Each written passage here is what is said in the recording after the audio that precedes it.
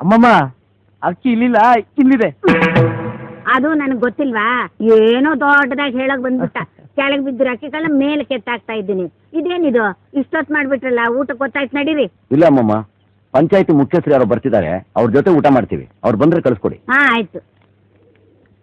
ಈ ಪಂಚಾಯತಿ ಕಟ್ಟೆಯವ್ರು ಯಾವಾಗ ಬರ್ತಾರೋ, ನಾವ್ ಯಾವಾಗ ಊಟ ಮಾಡೋದು?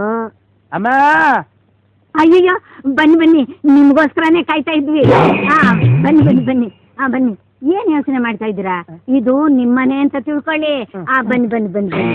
ಇಡೀ ಊರಿಗೆ ನ್ಯಾಯ ಹೇಳೋರು ನಮ್ಮನೆ ಊಟಕ್ಕೆ ಬರ್ತೀರಾ ಅಂದ್ರೆ ಈ ಮನೆ ಗೌರವ ಎಲ್ಗೋ ಹೊರಟೋಯ್ತು. ಪಂಚಾಯತಿ ಕಟ್ಟೆಯಲ್ಲಿ ಕೂರಬೇಕಾದ ನೀವು ನಮ್ಮನೆ ಊಟಕ್ಕೆ ಬರ್ತೀರಾ ಅಂದ್ರೆ ಖುಷಿಯಲ್ಲೇ ನನ್ನ ಮನೆಗೆ ಕೃಷ್ಣ ಬಂದಾಗೆ. ಹಾ ಬನ್ನಿ ಬನ್ನಿ ಬನ್ನಿ.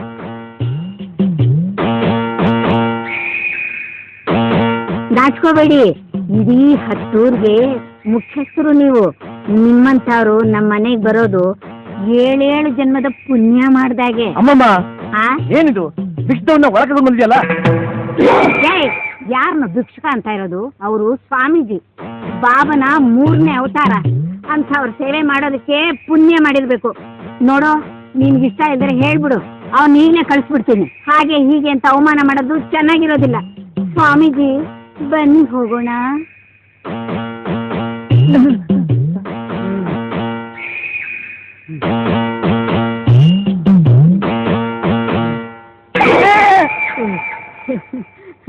ಈ ದೇಹನ ನಾನು ಮನೆ ಒಳಗೆ ಕರ್ಕೊಂಡೋಗಿದ್ದು ನಿನಗ ನಾನು ಸ್ವಾಮಿ ಅಂತ ಕೈ ಮುಗ್ದಿದ್ದು. ಅವ ಭಿಕ್ಷೆ ಅಮ್ಮ.